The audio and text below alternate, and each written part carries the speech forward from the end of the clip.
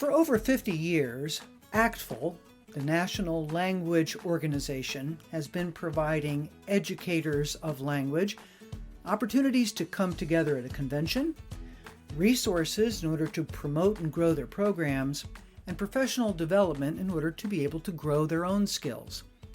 Today's guest is Howie Berman, Executive Director of ACTFL. Howie talks about the impact of language education on the United States and beyond, the role of ACTFL historically, and especially addresses the initiative Language Connects Foundation. The Language Connects Foundation has programs and initiatives that will grow professional development, awards, research, and public education in a powerful new way, engaging organizations and corporations as well as individuals to make a secure and stable future possible for the very important language use in the United States and beyond.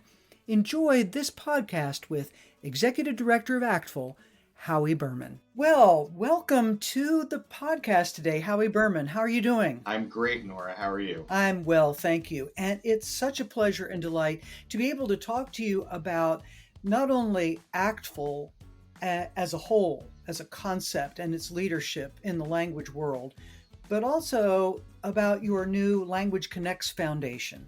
So welcome and thank you for what you'll be sharing today. I'd like to start by saying, can you tell us who you are and what you do for ACTFL, and perhaps give a snapshot for those in the audience that may not be as aware of ACTFL as they will be by the end of this conversation, about what ACTFL is and does overall. Sure. Happy to. Most people who know ACTFL, they know that we're an organization that we're really defined by our mission. We provide vision, leadership, and support for quality teaching and learning of languages. So what that means is we're focused not only on the teaching of languages, but also on the learning, right? We want to make sure that we're focused on both sides of that process. We are roughly a 12,000 member organization, teachers, administrators, nonprofit, government entities who are part of that organization, representing all 50 states, the District of Columbia. We have about 60 to 65 languages that are actually represented in terms of languages taught in the classroom, pre-K all the way through 20, through graduate level. It's a pretty wide array of representation. We also have what people may not know is we have a relatively new vision statement, which we came out with about a year ago. And the vision statement is really when we talk about visions, a vision is, if we were to achieve that mission, right, what would the world look like? And our vision is an interconnected world where everyone benefits from and values a multilingual and multicultural education. And so I like to tell people about that because it really reinforces that idea that language and culture are inextricably linked. And we want to make sure that people understand that concept as language educators. The other thing that I would tell people about ACTFL is we've created or created, but also the board has actually approved values, a value statement for the organization, 6 values that sort of undergird everything that we do as an organization. Those values are collaboration, inclusivity, innovation, integrity, passion, and quality. And as we talk a little bit about the Language Connects Foundation a little bit later, teaser, you'll see sort of how those values kind of move from both, obviously they're a big part of what we do at ACTFL, but they also are a part of the Language Connects Foundation as well. Of course, people know us for the proficiency guidelines. They know us for our work on the standards. We do a lot of work in terms of professional development, career resources. It's really about a community. I mean, I think that's ultimately what it's about. Our tagline is Language Connects. It's about connecting people. It's about making sure that people have a place share and to learn. Well, this is about lifelong learning, and we want to make sure that we're providing that environment for our members. That was a beautifully organized and succinct description of the actful way of being and reason for being. What kinds of directions do you see ACTFL continuing to grow in as you turn to people whose, I'm speaking here, I think specifically of world language educators, those are engaged in the educational community, uh, that there so much that's going on in people's lives to be entered into this organization? What kinds of invitations does the organization provide for then busy educators, overwhelmed adults that are in the education field? Why ACTFul then in the midst of their lives? So I think it starts with our strategic plan. Um, our strategic plan is really a guidepost for the work that we do.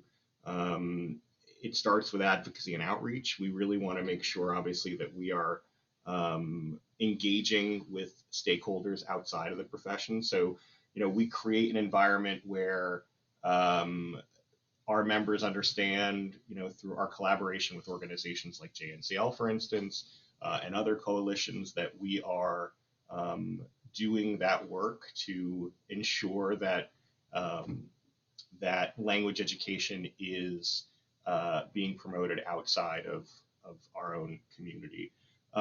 Diversity, equity, and inclusion is a huge, huge focus of what we do. We've actually put on a lot of new programming focusing on DEI, making sure that we are a leader in DEI, whether it's at our convention, whether it's through webinars throughout the year, whether it's looking at all of our programs and offerings through that DEI lens. I think that's been critically important. Professional learning, that's the third pillar. And by the way, these pillars are not in any particular order of importance. We consider them all of equal importance. When we talk about professional learning, we always say that we want to make sure we're offering professional learning opportunities that are accessible and valued, right? So how do we make professional learning accessible and valued? I think we've done a lot of things with, for example, a new learning management system where we can give people more online opportunities for learning. Teachers don't have the time always, and they don't have the funds to travel to a conference. We love conferences. We are known for our big convention, obviously, but we know sometimes teachers can't make that commitment. So we want to offer other opportunities. Research is another part of that strategic plan. We want to make sure that we are offering high quality research, opportunities for high quality research, and not only for folks inside the community, but also outside of the community, so they understand why language is so important. And then, of course, teacher recruitment and retention.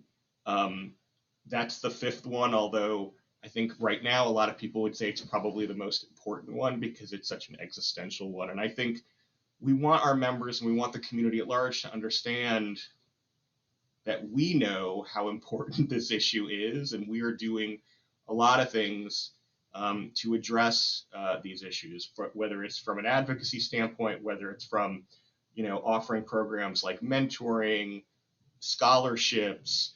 We just launched a new teacher recruitment and retention task force to kind of look at these issues.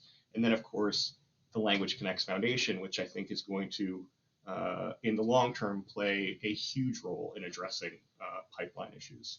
So yeah, I would say, look at that strategic plan. That really sort of guides a lot of our decisions, and is sort of a north star for the community in terms of demonstrating where our commitments lie.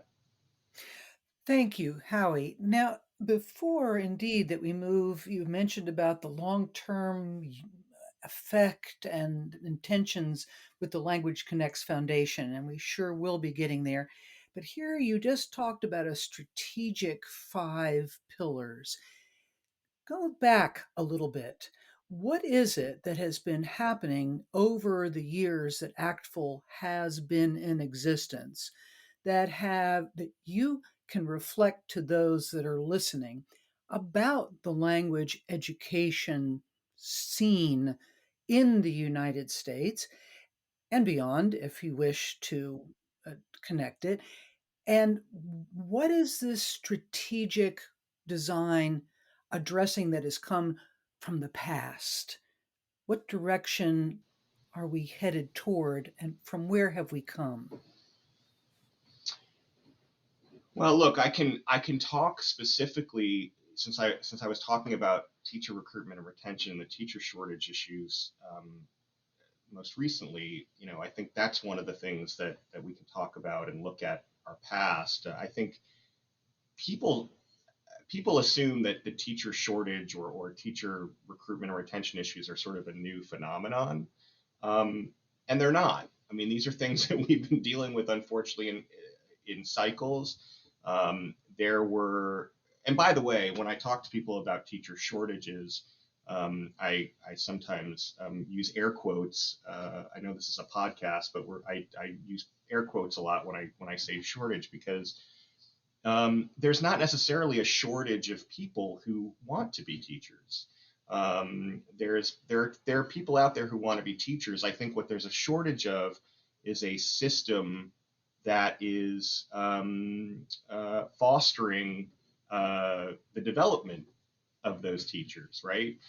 Fostering the mindset that we respect teachers. Um, I think there's a clear distinction that needs to be made. We have many people in the system who want to teach, but we've not been creating those supports.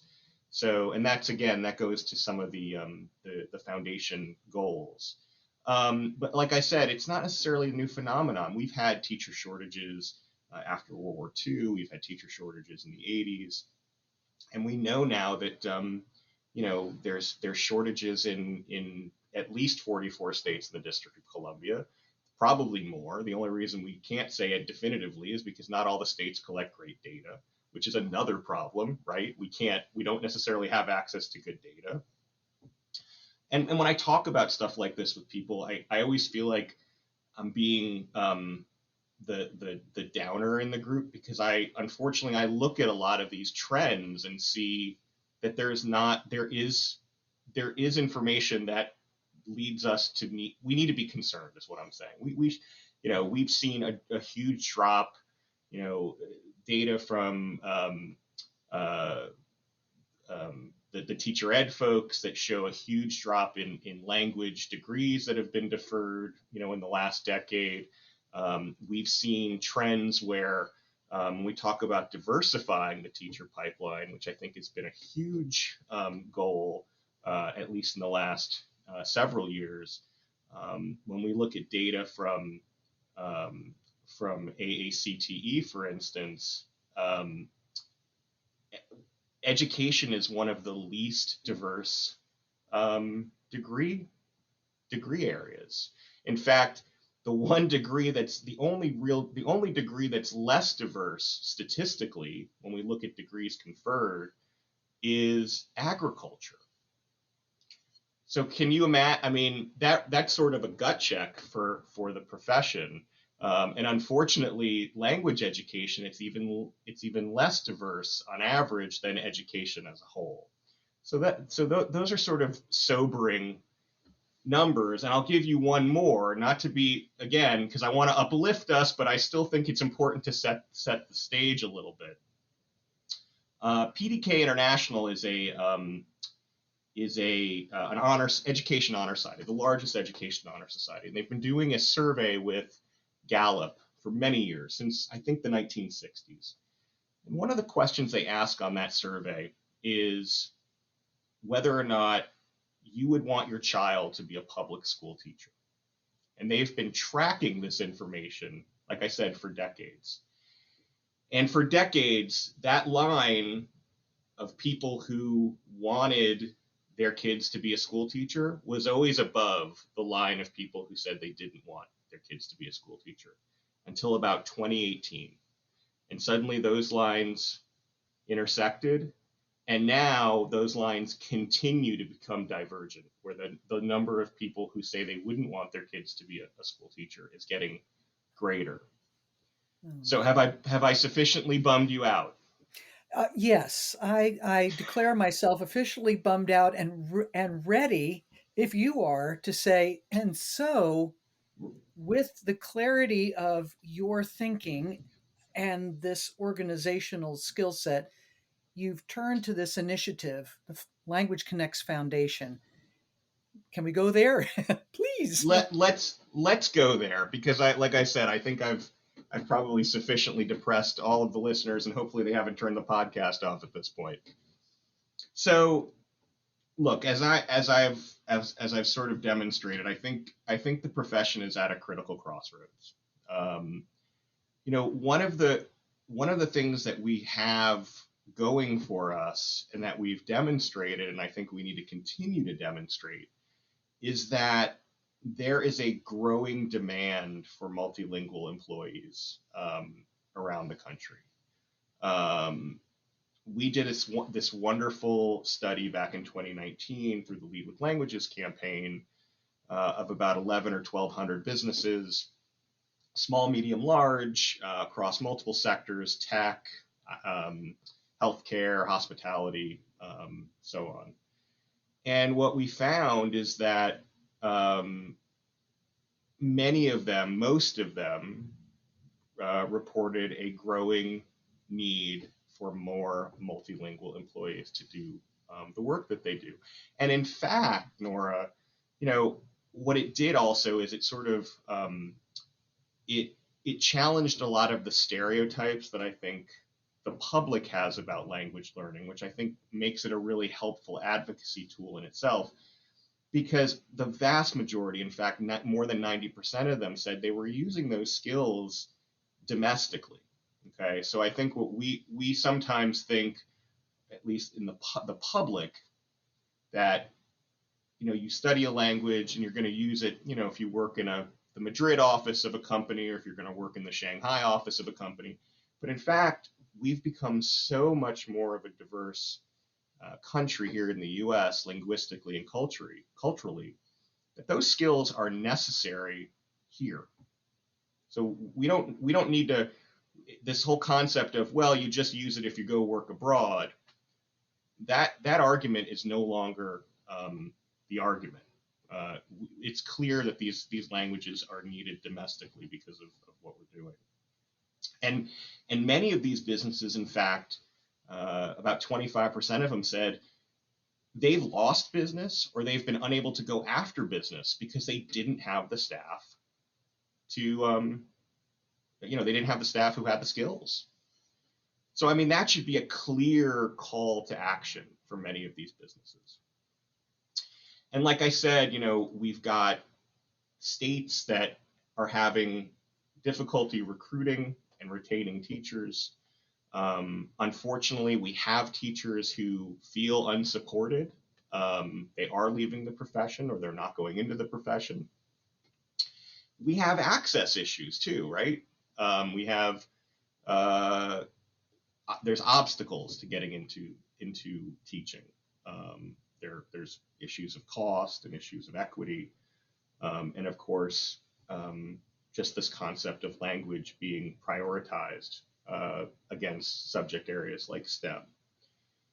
So ACTFL's been doing a lot of work for 50 plus years to serve the needs of language educators, and I think they've done a lot of great work. I mean, we have a lot of wonderful programs, but it's about scaling many of those programs so that we can have a bigger impact, and then creating new programs so that we can, again, ensure that the future of the profession is in good hands.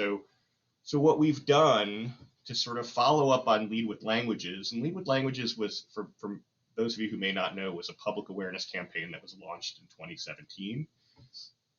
It was really intended for parents and students and decision makers to kind of educate them about the importance of language learning. But it was a campaign. It was never intended to have this long enduring life that it has. It's now going on 6 years, 7 years. And we felt like we needed to do something that was more permanent, that was more of a long-term commitment to the profession. And so this is how Language Connects Foundation was born. It's it's a standalone 501c3 entity that is really tasked with raising funds primarily from corporations and other foundations to advance and deepen the work of ACTFL. And the mission is two-pronged. It's to elevate the language education profession. So we talk about elevating the profession, really putting a spotlight on the profession. And profession is a key word there, Nora, because we want to make sure that we are, teaching is not a job, it is a profession. We want it to be seen on the level of, doctors, lawyers, nurses. In order to be great, you have to be going through a process where we talk about the lifelong learning process, right? You need to be afforded the opportunity for continuous professional development. That takes time, that takes money, and that means giving the profession the respect that it's due. And then the other part of that mission is to promote the transformative power of language learning. So again, it's sort of Lead with Languages 2.0, but doing the public outreach. It's not advocacy from the standpoint of like what JNCL does. This is not, I want to be clear. This is not an advocacy entity. It's a public education entity, but it's not going to be going up on the hill and doing that sort of work. But it's really about building those relationships, especially with businesses and other partners. The foundation has 4 priority areas. We could have had 50 priority areas, but we figured let's stick with 4. Let's start small. And those priority areas are professional development is the first one. We want to make sure that we're supporting educators and their growth by expanding their access to things like mentoring and continuing education. So the hope is we can raise money. There can be a pool of money that they can apply to go to a conference or take a course or participate in some kind of program that furthers their professional development. The second is awards and scholarships. ACTFL is known for having a pretty robust professional awards program, but there are opportunities for growth there, okay? And so we want to make sure that we are offering awards opportunities, filling in gaps that exist in our awards programs. We're recognizing the incredible accomplishments of educators and students, but specifically we want to make sure that we're recognizing the accomplishments of those educators and students from traditionally underrepresented and underserved communities, because I think that's one of the big areas of focus for the foundation. It's about diversifying that pipeline.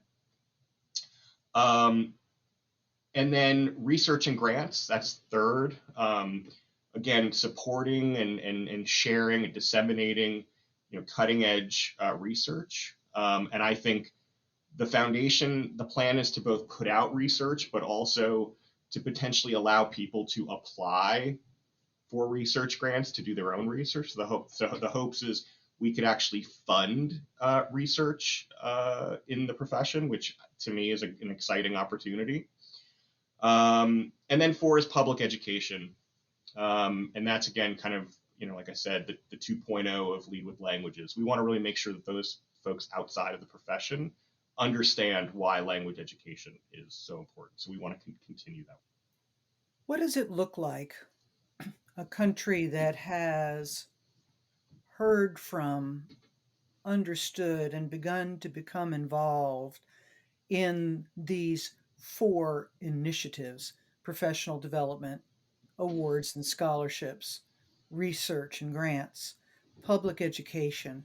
What does that look like that's different from right now and what impact would that have? Well, look, I think it's a partnership. I think it is corporations, foundations, even individuals who are outside of the profession, but who understand that language is so important for their kids, for their futures, for the world at large. Um, it's them standing up and saying we recognize how important language is uh, to to our community, to the global community. I've been really heartened by a lot of the conversations that we've had by corporate partners to date.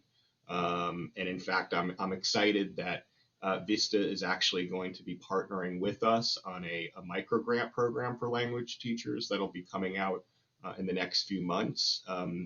Language language teachers or teachers in general, they spend hundreds of dollars every year out of their own pocket to fund supplies in their classroom and other things for projects.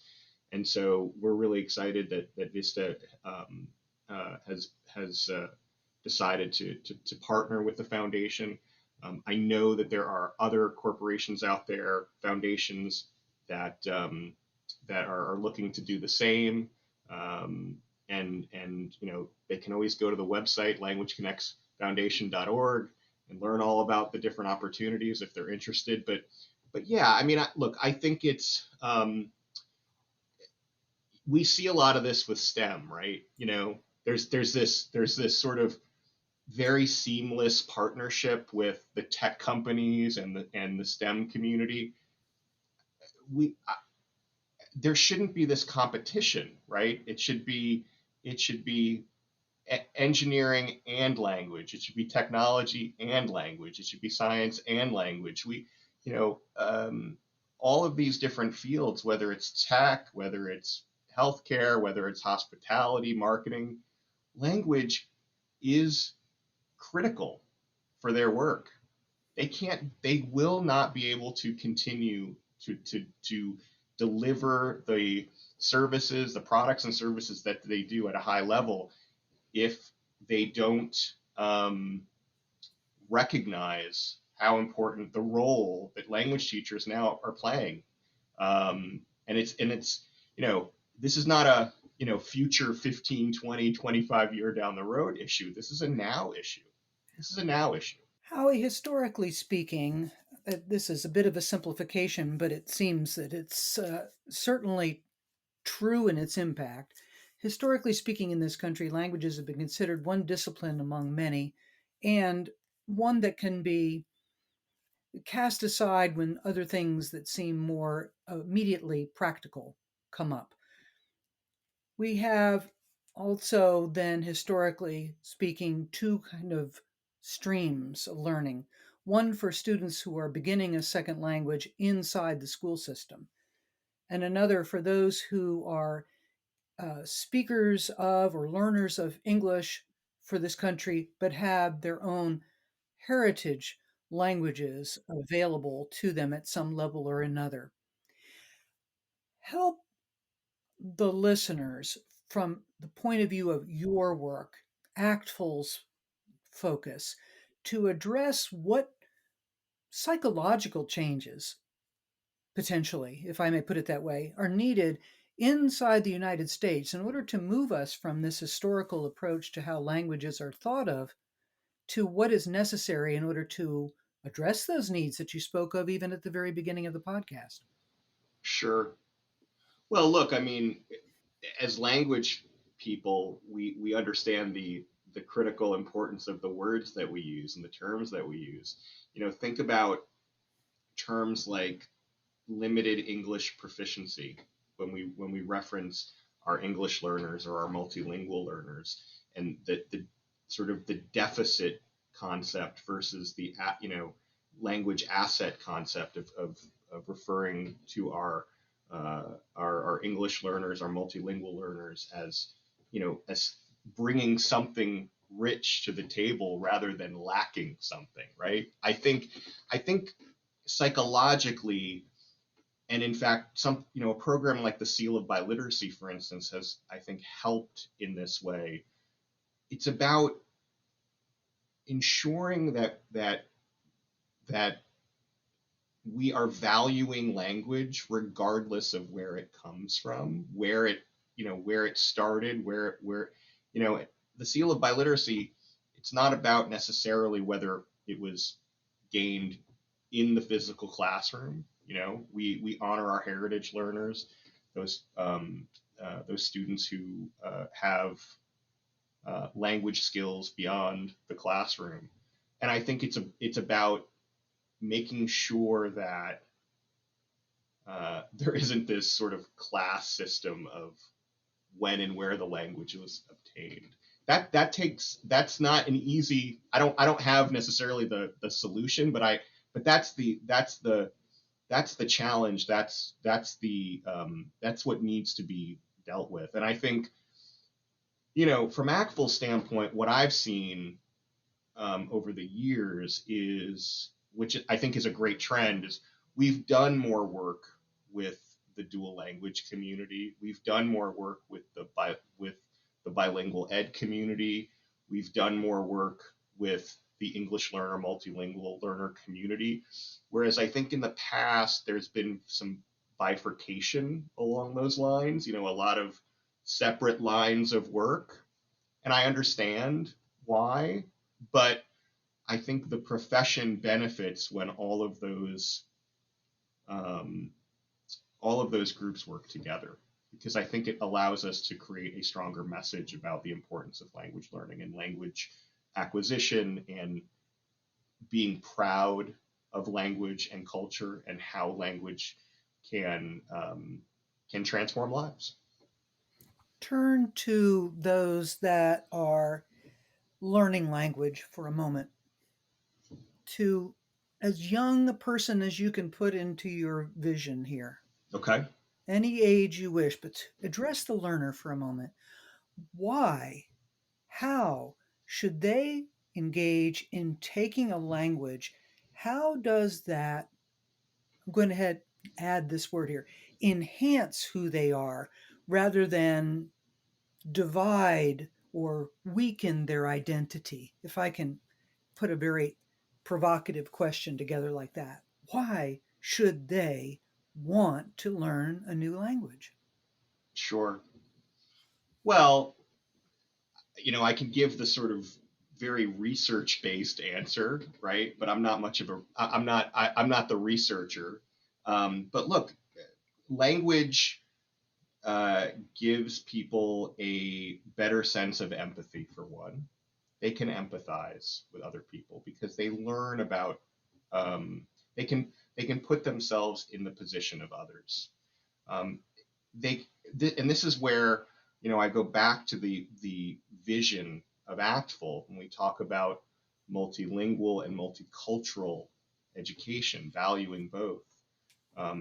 That language and culture are inextricably linked. Being able to appreciate another culture allows you to see something that is not yourself and appreciate it, right? And I just think we as a country need a little more humility, right? A little more self-reflection, trying to put ourselves into the position of someone else, in their shoes. So yeah, I mean, that's sort of the cultural competence, cultural angle. I can tell you that from a statistical standpoint, if you have language skills, if I could tell a kindergartner today, if you start learning language, chances are you're going to be able to find a job that's going to pay more if you have a high level of proficiency in the language. There's more and more jobs that are requiring language skills, and those jobs pay more money. So that's a if the empathy and cultural competence angle doesn't work for you, and I know for maybe some it doesn't, although I sure hope it does. you'll probably be able to get a job that pays more. So if you're more the long-term financial planner type, then maybe that argument works too. We'll take both. We'll take both. Sure.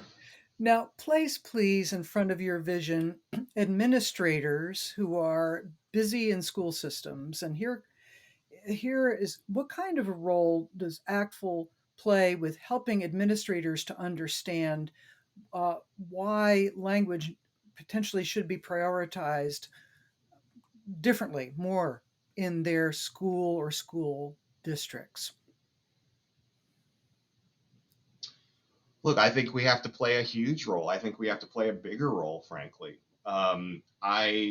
I can't tell you how many times I get requests from teachers um, uh, who ask me to write a letter in support of a program, or a parent asking me to write a letter in support of a program. Um, we have to, I think, do a better job of making the case for why language is so important. Now, I will say one of the challenges I know, especially at the middle school level in particular, because I'm dealing with it myself with my own child, is the scheduling conflicts. We make it so difficult for some kids to even take language because of the way the schedules are set up. So I think that's one way we can work with administrators.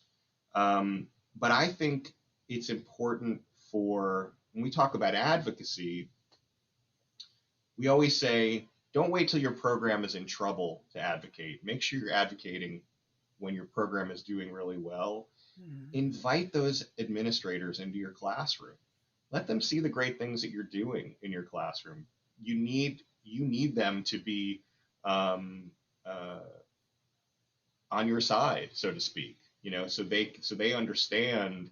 I think for many administrators, they don't necessarily, they may not know what's going on in the classroom, and just like the people that I sometimes talk to um, on an airplane or in passing, and when they find out what I do, and they tell me about their own language experience, however many years ago. I think sometimes some administrators, they may not necessarily be aware of everything that's going on in the classroom today versus maybe what was going on in the classroom years ago. And so I think it's our responsibility to educate them, because that's the only way they're going to know. Howie, your clarity, passion, and focus comes through in everything that you say and in the way that, again, on the ACTFL website and specifically the languageconnectsfoundation.org website, the clarity comes through there. How did you, what's your personal story with regard to getting engaged in this enterprise and the joy that you clearly have in this new foundation? Um, well, it's funny. I've always been an association person. I'm not, a nonprofit association person. I'm not a teacher. And a lot of people ask me. They assume that I was a teacher. I will admit I was never a language teacher. I was never a teacher, in fact. I have a bachelor's in political science and in Spanish. I have a master's degree in Middle Eastern studies. I studied Arabic and Turkish in grad school. I'm a language lover, but I'm not a language teacher. And I was working at a couple other nonprofit associations, not necessarily using my language, unfortunately. And I came across, actually, ACTFL found me, and it was a perfect match of my nonprofit association background and my love of languages. And it's been 13 years of bliss, of excitement, and the Language Connects Foundation was something that I've really been talking about. I mean, Marty and I talked about that before she left back in end of 20, I guess 18. It's amazing to think it's almost 5 years ago already. And the hope was that we would actually get that off the ground earlier, but then the pandemic happened, and of course everything was up in the air. But we realized, I think, with the pandemic, that it was even more important. The pandemic had really exacerbated a lot of the issues. They didn't create them, but they exacerbated a lot of the issues that we already knew existed. And I think once we realized that ACTFL was strong, and we were gonna get through this even stronger, we had to kind of put our foot on the accelerator in terms of the foundation. So, it's launched. We've got a lot of work to do. Obviously, we have big aspirations for it. It's going to take some time, but I'm excited. I think again, this is our commitment to the profession. This is our way of saying we are behind you, not just the teachers and educators today, but the ones that will come in the next generation. We believe in what language educators do. It's critically important for all of us, and we're not going anywhere. And that's my commitment. That's ACTFL's commitment, and I love the work. So thank you. Any last invitation, exhortation, reminder for the listening audience today? Yeah, well, of course, check out the website, languageconnects.org, languageconnectsfoundation.org, excuse me, goodness. There's a lot of resources there as well. There's blogs, there's professional profiles, a lot of really great content that I would suggest people check out. I would also be in a lot of trouble if I did not mention the fact that our convention will be in Chicago this year, November 17th to 19th. So go to our website, actfl.org. Registration and housing should be open shortly. And just thanks for allowing me to this time and space, and we're just so proud to be able to support this community. Howie Berman, thank you so much for sharing your passion and your work within and for ACTFL on behalf of language educators and students, nation and worldwide. Appreciated very, very much. Thanks, Nora. Thank you so much for listening to this podcast. As an educator, you have the power to reimagine and reshape education and thus the world. Vista Higher Learning is committed to giving you the best programs, resources, information, and support to ensure that your students succeed in school and in life. We are committed to being your partner in education. Bring Vista along for your education journey. For more information about Vista solutions for your K-12 classroom, visit vistahigherlearning.com.